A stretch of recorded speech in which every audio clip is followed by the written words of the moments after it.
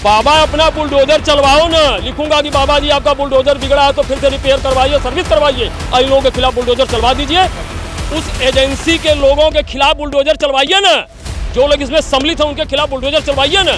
कहाँ का बुलडोजर ठंडा की बिगड़ गया है, भेजिए उसको गैरेज में, पहले बुलडोजर आपका बनकर तैयार हो, ऐसे लोगों के खिलाफ बुलडोजर चलवाइए, आप चला के दिखाइए। हम लोग जो फेल है उसको अगर डॉक्टर बनाया जाएगा तो पढ़ेगा लिखा नहीं, पैसे के बल पर अगर डॉक्टर बनेगा तो वह देना होगा, कहीं बुखार का इंजेक्शन दे देगा, जहर का इंजेक्शन। देश के लोगों का भविष्य खतरे में होगा, देश के लोगों का जीवन खतरे में होगा। कहाँ है सरकार? ऐसे लोगों के खिलाफ क्यों नहीं बुलडोजर चलवाती है? बाबा योगी जी का बुलडोजर कहाँ है? तमाम खबरें छपी हैं हिंदुस्तान में, अमर उजाला में, कि 5-5 लाख रुपए ली गई है। तो सरकार के आंख पर पट्टी बांध रखी है।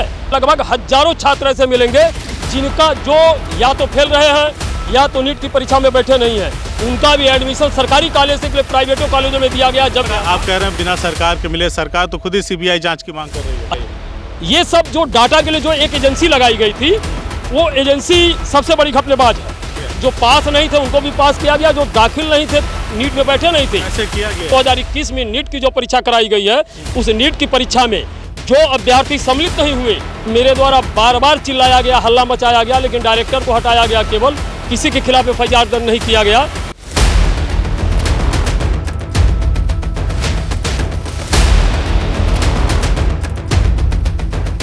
नमस्कार, बदलेगा भारत देख रहे हैं आप। मेरे हाथ में एक मोबाइल है और उस मोबाइल में एक स्क्रीनशॉट है। वो स्क्रीनशॉट किसी बम से कम नहीं है। एक इंसान आजमगढ़ की धरती से चीख चीख करके कह रहा था कि आयुष विभाग में जो नियुक्तियां हो रही हैं होम्योपैथी मेडिकल कॉलेजों में, उसमें घोटाले हो रहे हैं। तब उसकी आवाज़ को दबाने की कोशिशें लगातार की गईं। एक व्यक्ति भ्रष्टाचार के खिलाफ जब अपनी आवाज़ बुलंद करता है तो जांच के नाम पर, कभी कार्रवाई के नाम पर उसे कभी लखनऊ तो कभी इलाहाबाद के चक्कर लगवाते रहे गए शासन और प्रशासन के द्वारा। उसकी बात को नहीं सुना गया। तो मैं आपको कह रहा था कि उसी तरह से मेरे हाथ में एक मोबाइल है जिसमें एक स्क्रीनशॉट है, आपकी स्क्रीन पर भी दिख रहा होगा। उसमें लिखा है कि आयुष दाखिले के नाम पर, आयुष विभाग में जो दाखिले हैं उसके नाम पर लिए गए 5-5 लाख रुपए। साथ ही नीट के डाटा और वेबसाइटों में भी सेध लगाई गई है। तो एक बड़ा घोटाला हुआ है और नीट में फर्जीवाड़ा हुआ है। पैसे ले करके यहाँ तक कि होम्योपैथी और यूनानी विभागों में भी बोलियाँ लगी हैं। मतलब एक बड़ी बिडिंग लगी है, बोली लगी है कि 5 लाख दो, 7 लाख दो, तुम्हारा प्रवेश हो जाएगा, इस तरह की बात हुई है। तो मैं सीधा जो इंसान चीख चीख के भ्रष्टाचार के खिलाफ आवाज़ उठा रहा था, उस इंसान से सीधा बातचीत करूंगा और जानने समझने की कोशिश करूंगा कि क्या मामला था। पहले तो आप खूब चिल्लाए चीखे, लखनऊ तक बराबर दौड़ लगाते रहे, लेकिन सरकार के कानों पर जू नहीं रेंग रही थी। अब सरकार, भारत सरकार से सीबीआई जांच की मांग कर रही है और स्पष्ट पेपरों में लिखा गया है कि आयुष में दाखिलों के नाम पर 5-5 लाख रुपए की मतलब वहाँ पे पैसे लिए गए, रिश्वत ली गई है, बोलियां लगी हैं। क्या कहना है इस पर? देखिए, सबसे बड़ी बात तो ये है कि उत्तर प्रदेश सरकार में आयुष विभाग तो सबसे बड़ा, जो आयुष विभाग है, यह सबसे बड़ा भ्रष्टाचार की जननी हो चुका है। सबसे पहले तो मैं बताना चाहूँगा कि आयुष विभाग में जब होम्योपैथ की 2018 में नियुक्तियाँ की गई तो मेरे द्वारा बार बार चिल्लाया गया, हल्ला मचाया गया, लेकिन डायरेक्टर को हटाया गया, केवल किसी के खिलाफ एफआईआर दर्ज नहीं किया गया। जबकि उसके लिए मैं माननीय लोक आयुक्त में परिवाद भी दाखिल किया, परिवाद का निस्तारण भी हो चुका है, उसमें भी दोषी लोग पाए गए हैं।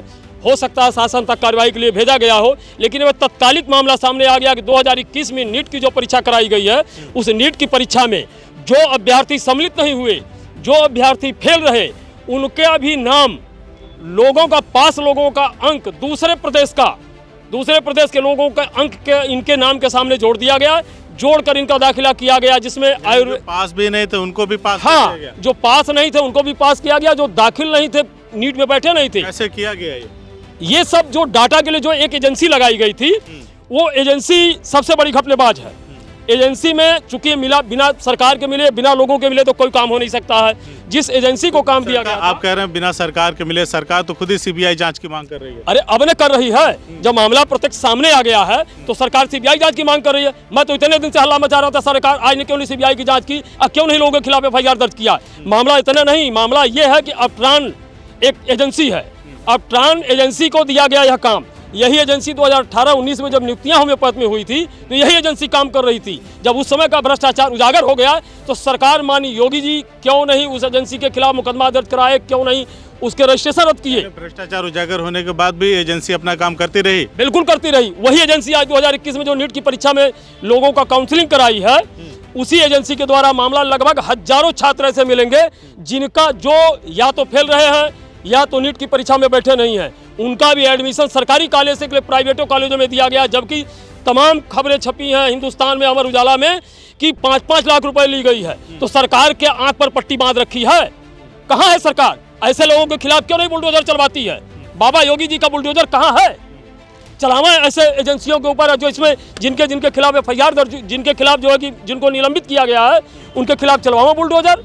इसमें निलंबित कराने वाले में आज जान लीजिए कि आयुष कॉलेज के जो है वहाँ के डायरेक्टर एसएन सिंह हैं और एक यादव जी हैं और होम्योपैथ के विजय पुष्कर जी हैं और वसीम साहब हैं, ये यूनानी के वसीम साहब के और विजय पुष्कर जी के खिलाफ विभागीय जांच प्रचलित हो गई है।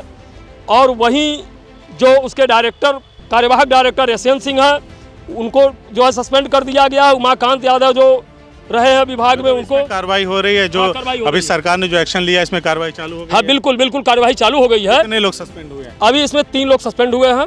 गिरफ्तार कोई हुआ है? अभी कोई गिरफ्तार नहीं हुआ है। और क्या जानकारी आई है कि कितने लोग इस तरह से घपलेबाजी करके जो फेल थे या जिनका नाम भी लिस्ट में नहीं था उनका एडमिशन हो गया? कितने लोग ऐसे? अब तक तो 22 लोगों का उजागर हो गया है। 22 का उजागर, लेकिन हजारों लोग हैं। ये पेपर भी प्रमुखता से। तो आपको क्या लगता है कि अब सरकार ने एक्शन लेना शुरू कर दिया है, सीबीआई जांच की संस्तुति के लिए भारत सरकार से आग्रह भी किया है, तो क्या लग रहा है कि अब इसमें सरकार कड़ाई से काम करके जो दोषी उनके खिलाफ काम करेगी? कोई सवाल नहीं उठता है। आज तक आप बता दीजिए कि कोई भी जांच, चाहे जिस भी सरकार की जांच रही हो, कोई भी जांच आज तक अगर पूरी हो गई हो और उसमें कोई निष्पक्ष कार्रवाई हो गई हो तो मैं मान लूं अरे यही एजेंसी है जो रंजीत कुमार सिंह बलिया में जो है जिनका संविदा पर जो स्टोरेज के पद पर नियुक्ति हुई है, यही एजेंसी ने किया है। मैं बार बार चिल्ला रहा हूँ। उसमें क्या गड़बड़ी? उसमें तो यही है कि 14 साल की उम्र में जिनको नौकरी दी गई, नौकरी के दौरान वो हाई इंटर और बीए की परीक्षा रेगुलर छात्र के पढ़ाई किए हैं। 14 साल में ही नौकरी मिल गई? बिल्कुल हाँ, 14 साल की उम्र में उनको नौकरी मिली है। मेरे पास प्रमाण है। मैं नौकरी के दौरान उन्होंने इंटर और बीए रेगुलर छात्र के पढ़ाई किया, पास किया है। मैं बार बार हल्ला मचा रहा हूँ गाजीपुर। कोई कार्रवाई हुआ? कोई कार्रवाई नहीं, डायरेक्टर को दिया गया। 14 साल का एक लड़का नौकरी पा जाता है और अपनी नौकरी के दौरान जब वो सेवा में रहता है तो इंटर और बीए करता है। हाँ, रेगुलर छात्र की पढ़ाई कर लेता है। हाँ। बड़ी विडम्बना इस देश में यह है कि ऐसे ऐसे प्रमाणों को जब मैं आरटीआई से खंगाल करके लोगों के सामने, अधिकारियों के सामने रखता हूँ तो अधिकारी शून्य में हैं।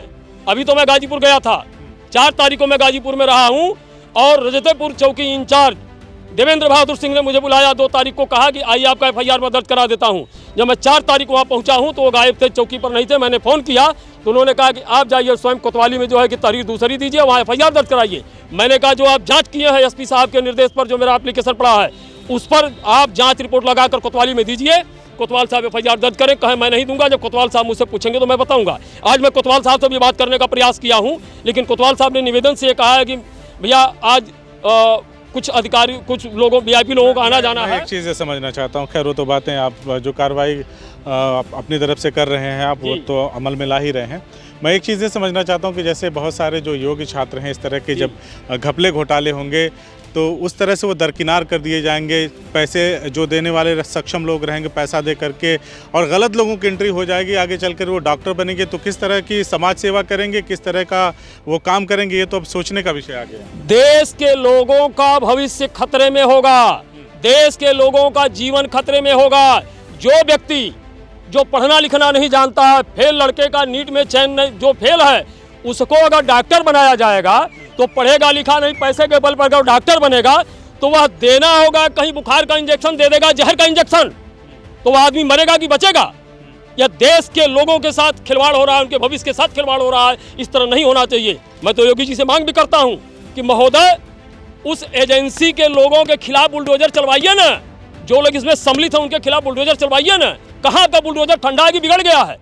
भेजिए उसको गैरेज में, पहले बुलडोजर आपका बनकर तैयार हो, ऐसे लोगों के खिलाफ बुलडोजर चलवाइए, आप चला के दिखाइए हम लोगों को, ताकि हम लोग माने कि हम लोग ऐसे आरटीआई एक्टिविस्ट कुछ काम कर रहे हैं तो सरकार भी उस पर अमल में ला रही है। तो आपने जो भ्रष्टाचार के खिलाफ जंग छेड़ी, फिर उसके बाद अब सरकार ने भी मान लिया है और समाचार पत्रों में भी तमाम तरीके से अब निकल के आ गया कि 5-5 लाख की बोलियां लगाई गई और यही बोलियां होम्योपैथी और यूनानी विभागों में भी की गई हैं।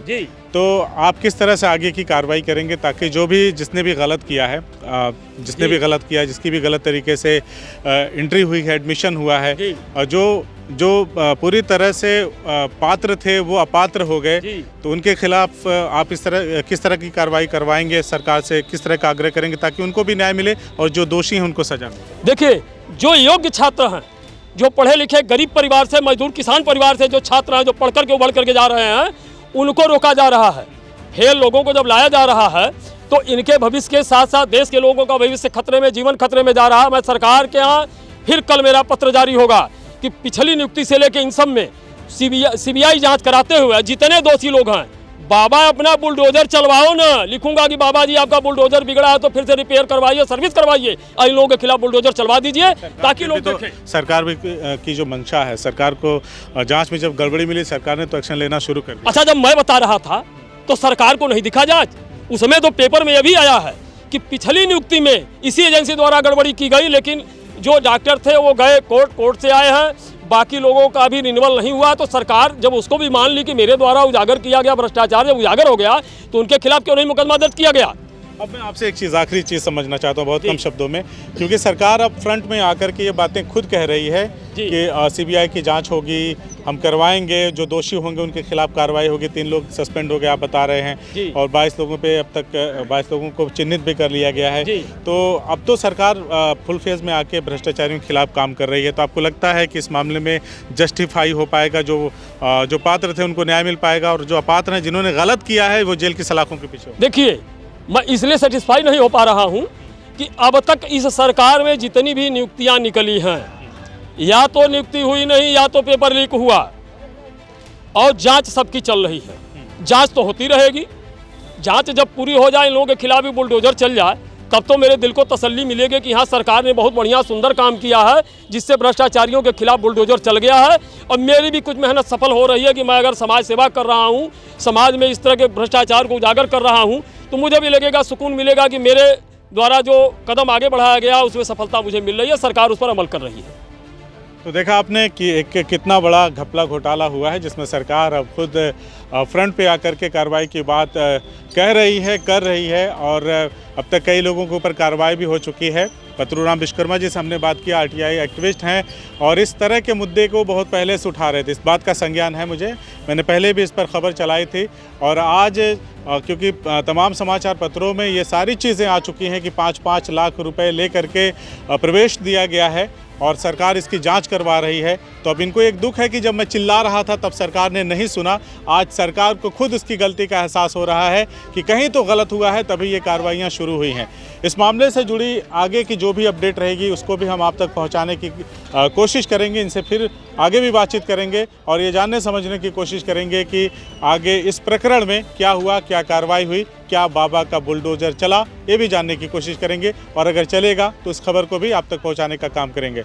हमारा ये प्रयास आपको कैसा लगा? अगर आप हमारी ये वीडियो हमारे फेसबुक पेज बदलेगा भारत पर देख रहे हैं तो पेज को लाइक और फॉलो करिए, अपने दोस्तों के साथ जमकर शेयर करिए, और अगर आप इसे हमारे यूट्यूब चैनल पर देख रहे हैं, बदलेगा भारत पर देख रहे हैं, तो हमारे चैनल को सब्सक्राइब करिए, ज़्यादा से ज़्यादा शेयर करिए, कमेंट करिए आप क्या सोचते हैं इस घटना के विषय में, किस तरह की कार्रवाई होनी चाहिए, और घंटी वाला जो नोटिफिकेशन है उसे ज़रूर प्रेस कर लें, ऑन कर लें, ताकि हमारी हर एक खबर आप तक पहुंचती रहे। जय हिंद।